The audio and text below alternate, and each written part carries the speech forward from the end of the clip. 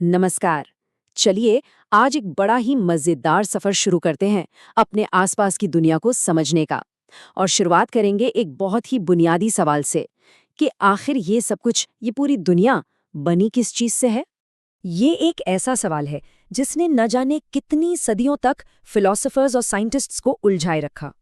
लेकिन सोचिए, अगर इसका जवाब हमारी सोच से भी ज्यादा सिंपल और हैरान करने वाला हो तो, कि हवा, पानी, पत्थर, यहाँ तक कि तारे भी सब एक ही चीज के अलग अलग रूप हैं।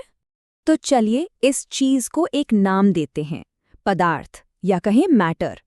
साइंस की भाषा में कोई भी चीज जिसमें वजन हो और जो जगह घेरती हो वो पदार्थ है ना। एकदम सिंपल सी डेफिनेशन, पर इसके मायने बहुत गहरे हैं, क्योंकि इसका मतलब ये हुआ कि हमारे चारों तरफ लगभग हर चीज मैटर है। अब देखिए, सदियों तक मैटर के नेचर को लेकर एक बड़ी बहस चलती रही। एक तरफ लोग मानते थे कि मैटर एक सॉलिड कंटिन्यूअस चीज है, मतलब जैसे लकड़ी का एक पूरा टुकड़ा। वहीं दूसरी तरफ कुछ का कहना था कि नहीं, ये छोटे छोटे अदृश्य कणों से बना है, बिल्कुल रेत के दानों की तरह। तो भाई सच क्या था? इस पहेली को सुलझाने का जो तरीका था ना, वो एक बहुत ही सिंपल से एक्सपेरिमेंट में छिपा था। इतना सिंपल कि कोई भी उसे घर पर कर सकता है। और बस वहीं से हमें हमारा पहला क्लू मिला। कल्पना कीजिए कि हम एक छोटा सा एक्सपेरिमेंट कर रहे हैं। बस एक ग्लास पानी चाहिए, एक चम्मच नमक और थोड़ी सी क्यूरियोसिटी। पानी के लेवल पर एक निशान लगाया, उसमें नमक डाला और अच्छे से घोल दिया। और यहीं पर होता है एक छोटा सा जादू। देखते ही देखते नमक तो गायब हो गया, पर पानी का लेवल बिल्कुल नहीं बदला, वो तो वहीं का वही है। अब सवाल ये है कि ऐसा हुआ कैसे?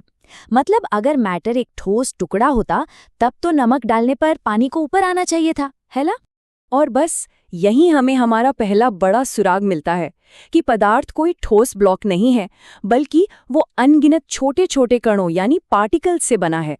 और कमाल की बात यह है कि उन पार्टिकल्स के बीच में खाली जगह भी होती है। नमक के पार्टिकल्स कहीं गायब नहीं हुए, वो तो बस पानी के पार्टिकल्स के बीच की खाली जगह में जाकर सेट हो गए। अच्छा, तो अब हम ये तो जान गए कि हर चीज पार्टिकल से बनी है, लेकिन इन छोटे छोटे अदृश्य कणों के और क्या राज हैं? इनके बर्ताव को समझे बिना हम मैटर के रहस्य को पूरी तरह से नहीं समझ सकते।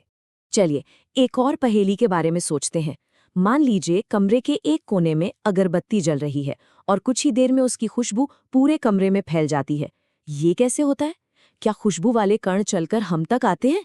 इसका जवाब छिपा है मूवमेंट में। जी हाँ, मैटर के पार्टिकल्स कभी भी एक जगह रुके नहीं रहते, वो हमेशा लगातार मूव करते रहते हैं। और उनकी इसी मूवमेंट की एनर्जी को कहते हैं काइनेटिक एनर्जी।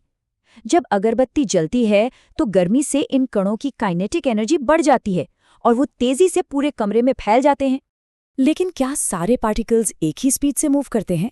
नहीं, बिल्कुल नहीं। पानी में स्याही की एक बूंद डालो तो वो झट से फैल जाती है, जबकि शहद की बूंद वो बहुत धीरे धीरे घुलती है। पार्टिकल्स के इस अपने आप मिक्स होने के प्रोसेस को डिफ्यूजन कहते हैं, और ये अलग अलग पदार्थों के लिए अलग अलग स्पीड से होता है। ठीक है, अब आते हैं पार्टिकल्स के दूसरे बड़े सीक्रेट पर। ये कण सिर्फ घूमते ही नहीं रहते, बल्कि ये एक दूसरे को अपनी तरफ खींचते भी हैं, जैसे कोई अदृश्य गोंद हो। इनके बीच एक फोर्स ऑफ अट्रैक्शन होता है। इसे डांसर्स के एक ग्रुप की तरह सोच सकते हैं। कुछ पदार्थों में पार्टिकल्स एक दूसरे को बहुत मजबूती से पकड़े रहते हैं, जिससे एक ठोस मजबूत स्ट्रक्चर बनता है, जिसे तोड़ना बहुत मुश्किल होता है। यही अट्रैक्शन फोर्स है जो हर मैटर को उसकी खास प्रॉपर्टी देता है। इसी वजह से लोहे की कील पर हथौड़ा मारने से कुछ नहीं होता, क्योंकि उसके पार्टिकल्स का आपसी अट्रैक्शन बहुत ज्यादा है। जबकि चाक का टुकड़ा आसानी से टूट जाता है, क्योंकि उसके पार्टिकल्स का बॉन्ड कमजोर होता है। तो अब हमारे पास पहेली के सारे टुकड़े हैं। पहला, पार्टिकल्स हमेशा मूव करते हैं। दूसरा, उनके बीच खाली जगह होती है। और तीसरा, वो एक दूसरे को अट्रैक्ट करते हैं। बस इन्हीं 3 सिंपल रूल्स से खुलता है मैटर की 3 स्टेट्स का राज: सॉलिड, लिक्विड और गैस। चलिए इन तीनों स्टेट्स को जरा पास से देखते हैं। सॉलिड का आकार और वॉल्यूम दोनों फिक्स होते हैं।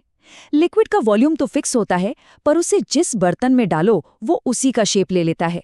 और गैस, उसका तो ना कोई फिक्स शेप होता है, ना ही वॉल्यूम। पर ऐसा क्यों?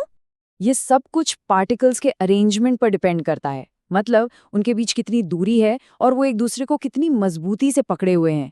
बस यही दो बातें सब कुछ तय करती हैं।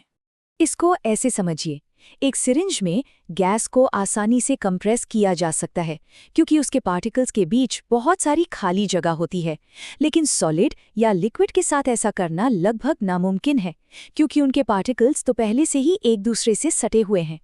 तो पूरी कहानी का निचोड़ बस इतना सा है। सॉलिड में पार्टिकल्स कसकर बंधे होते हैं, बस अपनी जगह पर वाइब्रेट करते हैं। लिक्विड में पार्टिकल्स थोड़े आज़ाद होते हैं, एक दूसरे पर फिसल सकते हैं, तभी तो पानी बहता है। और गैस में, अरे गैस में तो पार्टिकल्स एकदम बेलगाम होते हैं, जिनके बीच अट्रैक्शन न के बराबर होता है और वो आज़ादी से कहीं भी घूमते हैं।